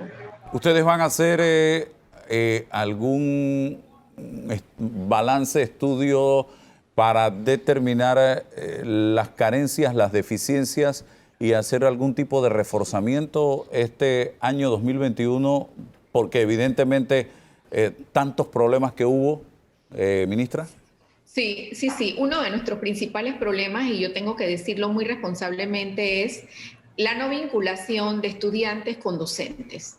Nosotros estamos incluso en un estudio administrativo de alrededor 600 escuelas que a la fecha todavía los estudiantes no tienen las notas en el CIACE, y esto es sumamente delicado. Aprovecho este espacio para decirle a esos docentes y a esos directores que si por algún motivo fortuito, porque tenemos muchos docentes que han quedado incapacitados, otros han fallecido, tienen que reportarse lo más pronto a sus direcciones regionales, porque nosotros sí tenemos que tener la escuela como centro de eje 2. Las escuelas van a estar abiertas, esa es una de las comparaciones y de las grandes lecciones aprendidas. Obviamente, sobre la situación que vivimos el año pasado y estos 11 meses que llevamos de pandemia, en comportamientos ya sociales totalmente diferentes, la escuela que cumpla las medidas de bioseguridad es una escuela que está abierta para entregar guías, que está abierta para realizar las tutorías, que está abierta para hacer el contacto, que está abierta para dar un apoyo a un padre de familia que posiblemente no tiene una comprensión de lectoescritura y tiene que apoyar al estudiante. Y por el otro lado, el gran reto que tenemos como país, y me complace darte la información, nosotros ya estamos recibiendo desde hace 2 semanas oportunamente y a tiempo el material. Obviamente estamos en verano, los materiales que están viajando de otros países donde se realizaron las contrataciones de impresión, muchos también en Panamá, no se van a ver con la dificultad que nos encontramos desde el mes de agosto a octubre con los temas de las lluvias, los derrumbes, inclusive en los países vecinos, y nosotros sí vamos a tener para la 5ª semana de clase, y quiero resaltarlo, Álvaro, la 5ª semana, ¿por qué? Porque es la 5ª semana donde inician los contenidos nuevos de los estudiantes. Hemos establecido en el decreto que las primeras 5 semanas son para nivelación y reforzamiento. Igualmente, esto ya se está repartiendo todo el material, incluso tenemos por primera vez ya los líderes tradicionales de la comarca Gunayala nos han entregado el currículo de 1º a 6º grado contextualizado. Entonces, en esta pandemia, en medio de retos, en medio de mucho dolor, de mucha pérdida en todos los aspectos, estamos saliendo fortalecidos como sistema educativo, y creo que eso es lo más importante. Y otra lección, como tú muy bien lo dices, es la capacidad de generar más conectividad y poder tener a nivel de internet las comunidades más apartadas conectadas, porque ahí es donde los niños, además de no tener internet, no tienen luz, tienen distancias muy largas para venir a la escuela, y es la única opción que, además de tener un cuadernillo y una guía, pueden tener esa vinculación con el proceso educativo. Profesora, hay colegios particulares que ya van a comenzar a que sus docentes den las clases desde el aula, virtualmente, evidentemente, porque no se puede presencial, pero ya eso le da un ambiente a escuela, a aula de clase, a ese estudiante que va a estar en casa recibiendo clases en esta primera etapa que todavía no es presencial. ¿Esa opción ha sido analizada por ustedes a través del Ministerio de Educación? Sí, en efecto, nosotros nos remitimos al decreto que establece el ordenamiento y la reglamentación del año lectivo y que habla que las escuelas van a ser esos centros, siempre y cuando la escuela tenga las condiciones de bioseguridad. Yo tengo que ser muy responsable, los docentes pueden concurrir. ¿Por qué? Porque quizás el docente no tenga los materiales, no tenga las herramientas, no tenga la conectividad. Y nosotros hemos tenido más de 9.000 docentes del sector oficial que estuvieron en las escuelas. Entonces, nos hemos aprendido a comportar, diría el don Danilo Toro, a comportar y a entender este fenómeno social, y lo que tenemos es que cuidarnos y garantizar las medidas de bioseguridad. Además, hay un decreto que establece la cantidad de personas y el aforo de personas que puedan interactuar en los lugares públicos, llámese escuela, llámese otro tipo de entornos educativos. Y bajo esa premisa, y es lo que hemos estado resaltando, las escuelas están abiertas, el personal directivo, los supervisores, obviamente tenemos que ver las personas que tienen condiciones de salud asociadas, y a su vez los docentes. Sabemos que no vamos a tener 100 ni 200 ni 300 docentes, pero este es un proceso, y yo aprovecho este espacio porque después las palabras se malinterpretan. Este es un proceso particular de cada entorno, particular de cada centro educativo, particular de cada región educativa. Y voy a ser breve, como tú me pides. Te pongo el ejemplo: Escuela Bahía Azul Cordillera, Escuela Aguasalud. Yo estuve hace 2 semanas reunida con docentes de la comarca, y si esa directora en comunión o en coordinación con los padres de familia no hubiera decidido tener su escuela con 2 maestros abiertos, los niños de Bahía Azul no hubieran podido tener otra posibilidad. Los niños no fueron a estar sentados recibiendo clases, pero se mantuvo esa comunicación semanal, esa comunicación quincenal, ese vínculo, porque ¿cómo yo voy a entregarle a un padre de ciertos contextos y decirle, esta es la guía y la recojo a finales del tercer trimestre? Y quiero decirle, estos son menos quizás del 3% de los docentes o directivos. Nosotros tenemos directores que se lanzaron, que fueron, que pasaron por ríos, por quebradas, personas que nos enfermamos. A todos nos ha dado COVID, prácticamente al Ministerio de Educación. Aquí hemos estado. No queremos arriesgar la salud ni la vida de nadie, pero nosotros, en ese marco del derecho a la educación que le asiste a cada niño panameño, nosotros tenemos que garantizar que a distancia no presencial, en este primer trimestre, se tiene que generar otra dinámica. Y quiero con esto cerrar. Hace 2 semanas eran el 10% de los sistemas educativos semipresencial. Al día de hoy, Álvaro, estamos hablando de 20 países ya que dieron ese paso. Nuestros comportamientos sociales son diferentes, posiblemente la tasa de positividad, y hemos sido uno de los países de la región con mejor manejo de la pandemia por la cantidad de pruebas realizadas y el control que nosotros sabemos que se ha dado comparado con otros países, pues que por ética no voy a mencionar. Y que el sector educativo ha sido el menos impactado por las decisiones que se tomaron cuando se estableció la alerta de la epidemia y la emergencia del país. Y el tema de los colegios particulares, no puedo dejar de tocarlo, sigue enfrentado un sector de padres de familia con dueños de colegios particulares por el tema del costo de la matrícula, el costo de la mensualidad, que según señalan los padres de familia no puedes cobrar más, ni siquiera puedes cobrar lo mismo por dar clases de manera virtual que por dar clases presenciales, porque el colegio no está incurriendo en gastos de energía eléctrica como antes, ni en muchos otros gastos relacionados con el funcionamiento diario. ¿Qué puede hacer el Ministerio de Educación en todo esto?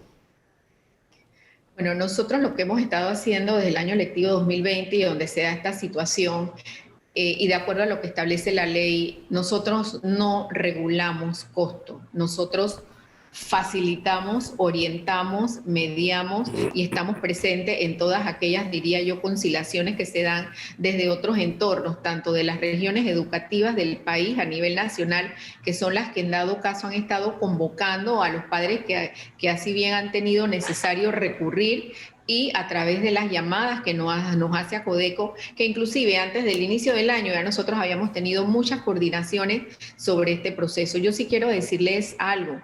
Yo he tenido contacto tanto con los padres de familia, con directores de escuela, y siempre habrán mayores o menores cantidades. Hay muchas escuelas que ya consensuaron sus costos, sobre el entendido de que posiblemente no era el descuento del año pasado, sino que se tenía que quizás aplicar un descuento mayor o un descuento menor, la mayoría, porque la escuela genera otros gastos al estar en una modalidad que aunque esté a distancia, la escuela va a estar abierta. Entonces, yo creo que ha sido muy rico el debate que se dio, el primer debate que se dio en la Asamblea, donde a raíz de ese debate y de esa expresión de necesidades del sector productivo, como del sector que son los usuarios, los padres de familia, se pueda hacer una propuesta de ley que realmente lleve a todos a ganar. Yo sé que puedo sonar muy poética, pero la idea en medio de esto es ganar, ganar. Y sí hay que reconocer, yo tengo que reconocer que esto ha fortalecido mucho el movimiento de padres de familia del sector oficial, a organizarse, a estar pendiente de las necesidades de sus hijos, y también ha llevado mucho al sector empresarial a ser solidarios. Yo tengo informes de escuelas que no puedo hacer público, donde las pérdidas han sido abismales, donde inclusive ya de 6 escuelas que cerraron particulares llevamos 10, donde nosotros dimos como gobierno un auxilio económico a las escuelas hasta cierta mensualidad, hasta $150, y que eso fue paliativo, fueron cheques de 3.000, 4.000, 5.000, 6.000, y sabemos que sobre planillas que quintuplican una cantidad como esa, más los gastos que se mantienen durante todo el año. Entonces yo creo que es un tema de ver los dos escenarios y buscar nosotros también siempre en esa mediación que pudimos lograr el año pasado, pero nosotros seguimos recibiendo estudiantes de escuelas particulares, y realmente nosotros ahora somos los que estamos con la preocupación, para no decirte dolor de cabeza, porque estamos teniendo déficit de matrícula y tengo que ser muy responsable con esto. Creo que a la medida que seamos transparentes, buscamos mejores soluciones. En San Miguelito, en Panamá Norte, en Panamá Centro, podemos tener alrededor de 4.000 estudiantes que al día de hoy tenemos que ubicarle cupos antes del 1 de marzo. Y yo le digo a las directoras, ubiquemos espacios virtuales. ¿Por qué? Porque en este año ni en el otro el retorno va a ser 100% presencial. Entonces, vamos a generar estas oportunidades y también apoyar a los dos sectores en vías de que los estudiantes, yo digo, mire, y lo voy a aprovechar aquí, es la primera donde lo digo, no puede haber un estudiante panameño que el 1 de marzo no se quede sin un cupo. Y quedamos en que vamos a abrir hasta una línea caliente, un chatbot, de que todo el que aún no ha conseguido cupo mande la información. Tenemos reporte de que no solo en el 2020, en el 2019, en el 2018 se quedan estudiantes porque no pudieron entregar un documento, porque el padre de familia, estudiantes migrantes que están siendo altamente vulnerados sus derechos. Esos niños, aunque no tengan documentos, tienen derecho a recibir educación, y nosotros necesitamos que este año todos retornen, incluyendo los que no pudieron estar el año pasado, los que se desvincularon, porque tenemos un programa de aprendizaje acelerado que va a equiparar la pérdida de un año lectivo en 2 ciclos escolares, don Álvaro. Bien, Danilo Toro pregunta, ministra. Buen día, señora ministra. Como siempre, un placer platicar con usted. Quiero hablar un poco, ministra, de los panes y los peces que hay en esta enorme demanda de recursos. En el año 2020, su ministerio tuvo un presupuesto asignado de 1.797 millones. En el año 2020, para este año, tiene un presupuesto asignado de 1.822 millones, lo que significa un aumento de 25 millones de dólares. Pero resulta que en el 2020 usted tuvo un recorte de 407 millones de dólares. ¿Cómo con casi el mismo presupuesto usted va a hacer? Porque encima tiene nuevos retos, porque de alguna forma yo sé que entre sus grandes preocupaciones, y tal como lo han manifestado, está ver cómo rescata ese 15 a 20% de estudiantes que estuvo por fuera del sistema este último año. No, ¿Cómo va a ser, ministra? Y los que van a migrar del sistema privado al sistema público. ¿Dónde va a estar el arte de magia que usted va a hacer? Porque suena mucho a la cantidad de dinero, pero para las necesidades que su institución tiene, realmente es una diferencia importante con respecto a lo que se solicitó en el 2020. Sí, cómo no, don Danilo, y definitivamente no solo es una preocupación para la ministra de Educación, sino para todos, incluyendo al señor presidente, pero sabemos que esta reestructuración dinámica obedece al déficit de los ingresos fiscales recibidos y que nosotros tenemos que a través del mes buscar ese balance para que, además de tener paz social, que es lo que hemos vivido en estos meses, nosotros podamos tener esa dinámica gubernamental y que no se vean afectados otros sectores del país en recortes de salarios. Sabemos que hay una situación muy delicada desde el sector empresarial, de las empresas privadas, donde hay más de 350.000 panameños, sin embargo, han estado recibiendo múltiples apoyos a través de los programas del gobierno, pero me voy a referir puntualmente. Es cierto que nosotros tuvimos un recorte, pero por esas cosas buenas de Dios y de las gestiones que se han realizado. Mire, nosotros tenemos en este momento $52 millones disponibles en FESE. Se hizo incluso un decreto transitorio para que el FESE diera respuesta a todas las necesidades de la emergencia, lo dejamos abierto. Ya coordinamos con el director de contrataciones públicas, anticipándonos a situaciones ya conocidas, que más de 1.400 escuelas que no tienen internet y que tienen que hacer sus cotizaciones en línea, se les permita la factura manual y la factura rural. Nosotros tenemos, y tengo que decirlo, nosotros tenemos un crédito de mejoramiento de la calidad educativa con el Banco Interamericano de Desarrollo, donde dentro de los 4 componentes nos han dado un 20%, o sea, 20 millones para el manejo de la emergencia. Mire, con eso, don Danilo, pagamos las guías. Si no, nosotros no hubiéramos podido, las pagamos al menor costo de la región. Estas guías están en menos de 90 centavos.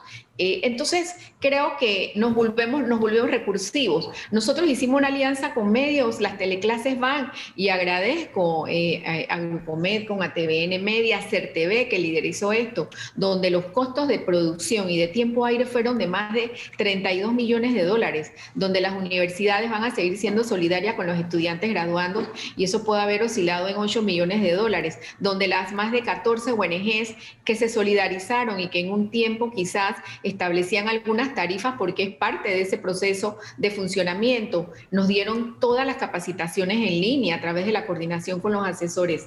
Por el otro lado, nosotros tenemos el préstamo del CAF, que inicialmente es un préstamo que se da para el proyecto Panamá Bilingüe y que estamos en esa construcción de política pública de inglés como segunda lengua y que va a proveer todos los recursos para generar textos, plataformas en virtud de la segunda lengua. Nosotros hemos tenido consultores gratuitos por 8 y 10 meses que nos han acompañado de UNICEF y que le tengo que decir que esos son costos altos a nivel del apoyo de política pública, de tecnicismo, de temas de tecnología. Además, el BID nos ha dado un apoyo. En este momento tenemos, a través de una gestión del MEF, 4 consultores del Banco Mundial que nos están orientando en eso. Entonces, por el otro lado, también hemos conseguido el traslado de las partidas de presidencia que se generaron para hacerle frente a la emergencia de país, en las cuales nos han transferido algunas partidas para compra de insumos de bioseguridad y además los 2 millones de auxilio económico. Y sí tengo que reconocer, pues, que aunque a veces tenemos nuestros episodios muy interesantes en la Comisión de Presupuesto, si ustedes revisan un poco lo que ocurrió entre noviembre y diciembre, nosotros recibimos traslado de partida por más de 80 millones exactamente para hacerle frente a todos los proyectos de infraestructura. Dios quiera que para el otro año mejore el ingreso fiscal y nosotros podamos, pero de alguna manera estos recursos no quizás equilibran los 400 millones del año pasado, o los recortes que inclusive se puedan dar en lo que va del año, porque si el ingreso del déficit fiscal se mantiene así, las instituciones del gobierno van a tener que seguir en una reestructuración dinámica del presupuesto. Pero siento que esto ha fortalecido el proceso educativo, porque no es un tema de caridad, es un tema de que nos hicimos como país esas alianzas para el desarrollo, el que establece el ODS 17, ahí están empujando el ODS 4 y tenemos que trabajar con los recursos que en este momento están a nuestra disposición. Ministra, muchas gracias por compartir con nosotros en la mañana de hoy aquí en Debate Abierto Dominical. Vamos a la pausa.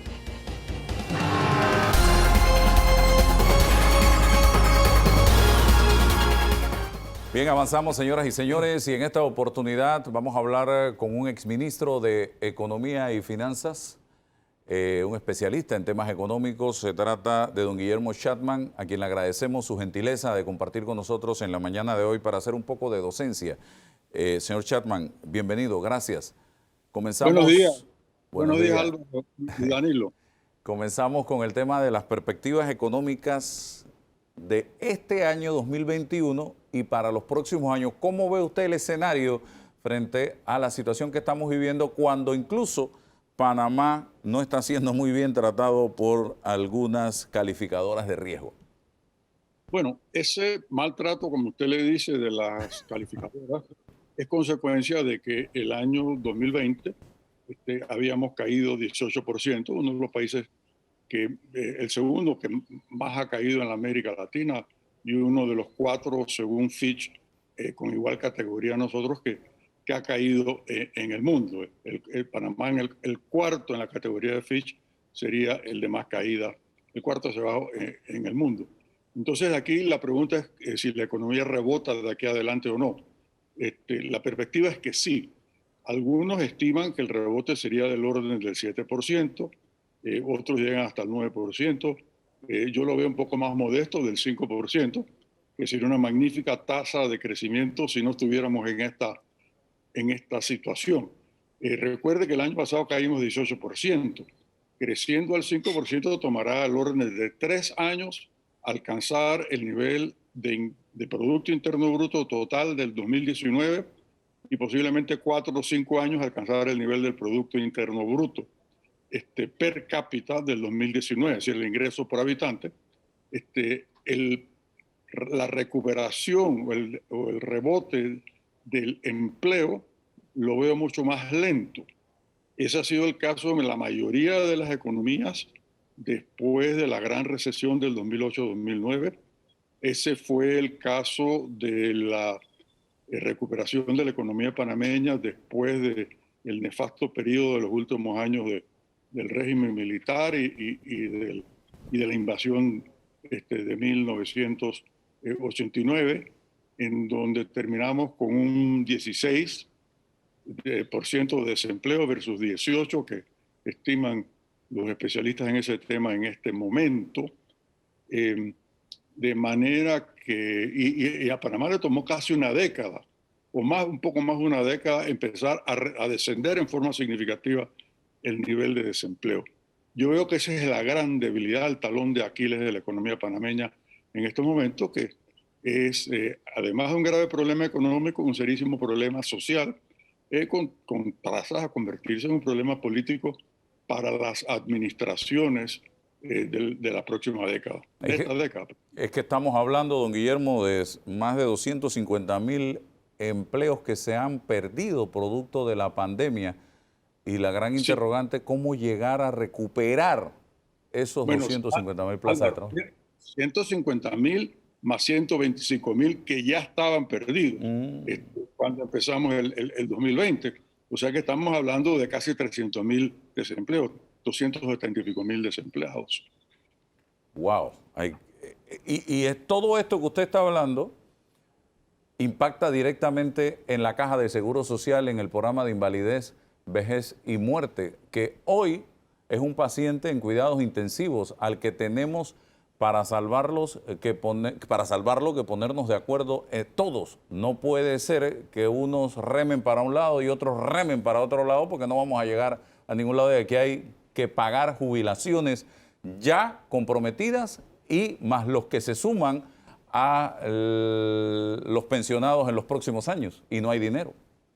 Bueno, mire, la crisis del Seguro Social ya estaba aquí cuando empezó la pandemia. La pandemia lo que ha hecho es agravarla, porque no están recibiendo cotizaciones, muchas menos cotizaciones. Eso, el flujo de caja, los ingresos que recibe mensualmente la caja del Seguro Social, lo que le entra a la caja todos los meses, ha disminuido.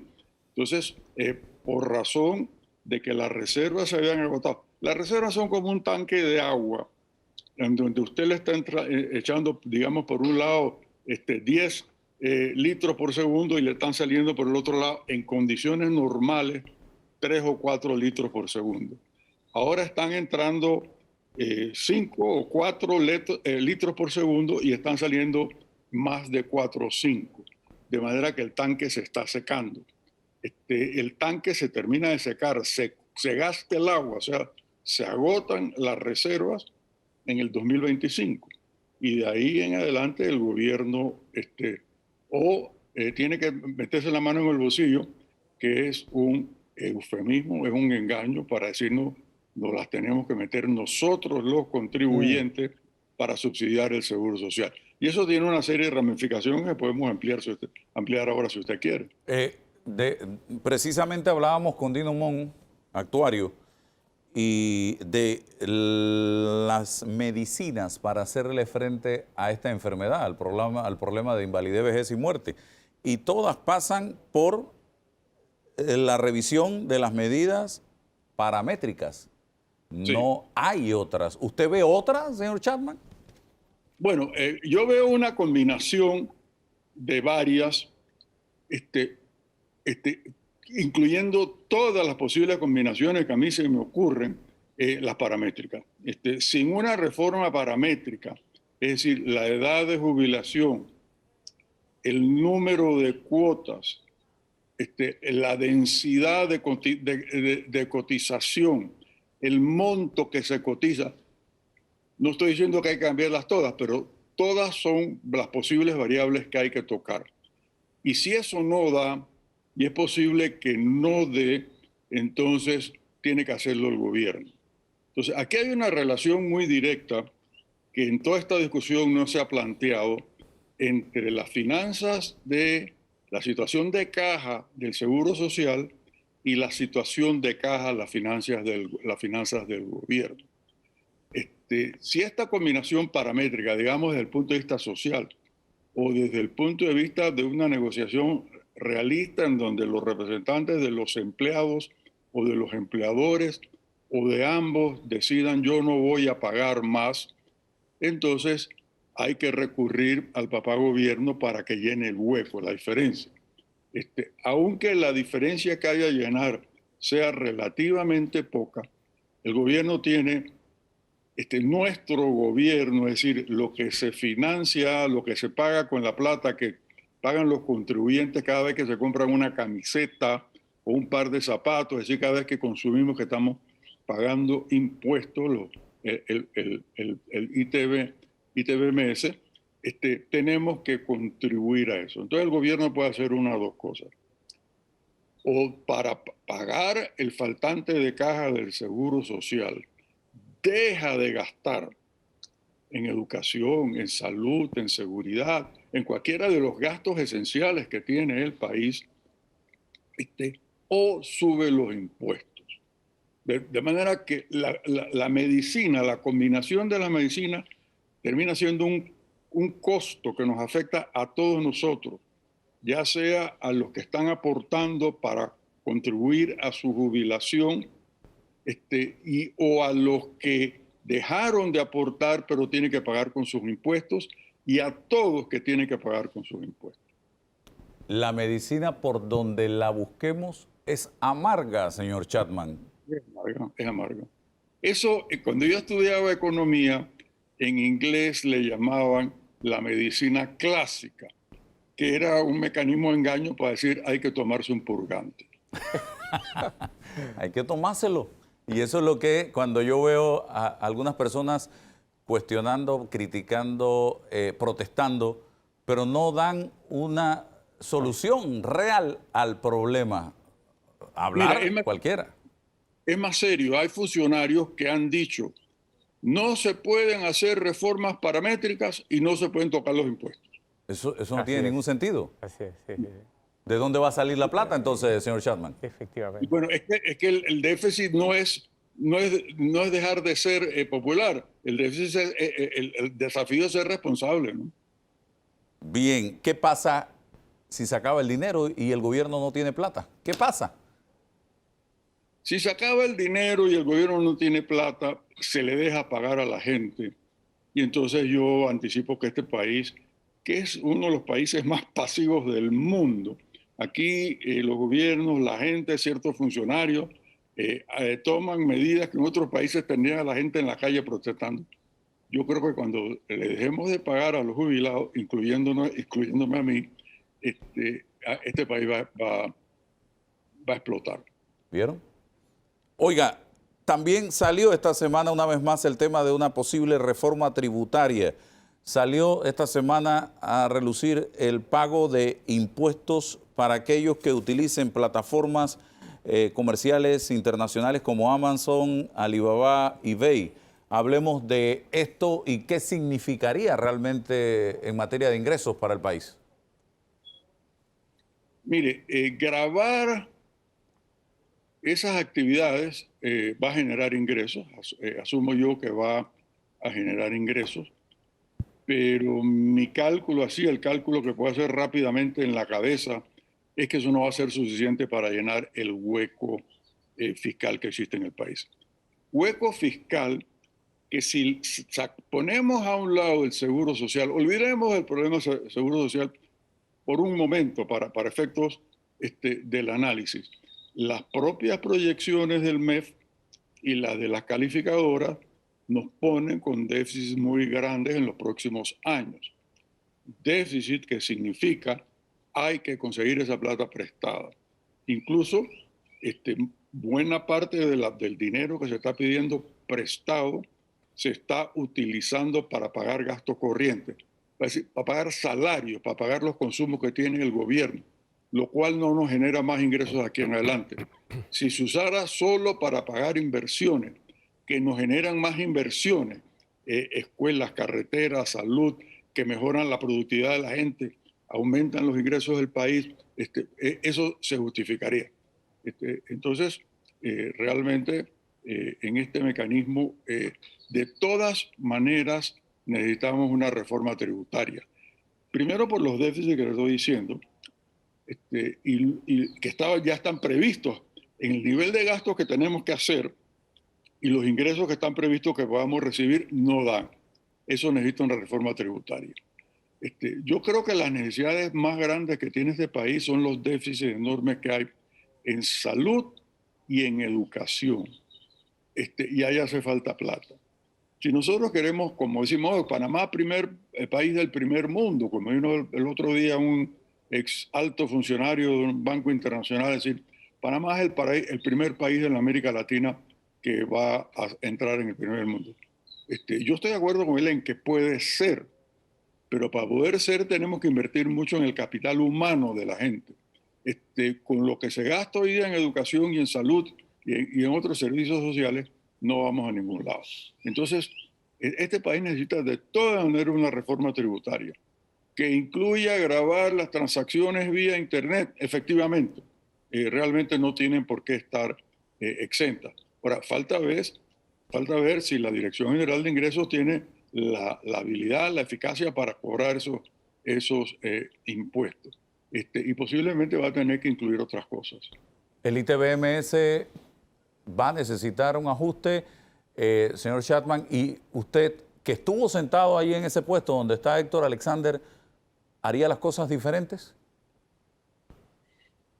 Bueno, yo creo que hay acciones que está tomando el gobierno que no son acertadas, van en mal camino, y que no dependen exclusivamente de quien quiera que sea el ministro de Economía. Yo creo que para tener un buen ministro de Economía, ese ministro necesita un gobierno que al más alto nivel lo está respaldando. Por ejemplo, a mí no me hace ningún sentido el exceso de gasto del gobierno en elementos que son innecesarios, propaganda que no nos dice nada, influencers, exceso de personal. El gobierno es bastante indisciplinado en el gasto. Estamos gastando más de lo que está. Entonces yo creo que primero lo que se necesita es, más que una reforma tributaria, una reforma fiscal. Y con eso quiero decir que hay que revisar los tributos, pero primero hay que revisar los gastos. Y el gobierno, para tener credibilidad, para que el contribuyente, el común del panameño, se sienta que se justifica el gobierno, el ingreso adicional, el impuesto adicional, el Estado tiene que dar la señal siendo prudente, siendo cuidadoso en los gastos que hace, y el nivel de gastos es excesivo, hay mucho gasto superfluo. Entonces ese es el primer aspecto que yo creo que habría que ver. Reforma fiscal más que solo una reforma tributaria. Danilo Toro le pregunta. Don Guillermo, muy buenos días. La claridad de su planteamiento deja ver que el gobierno debiera entender que hay mucha conexión entre lo que la gente tiene en el bolsillo y lo que la gente tiene en su pensamiento y en su imaginario.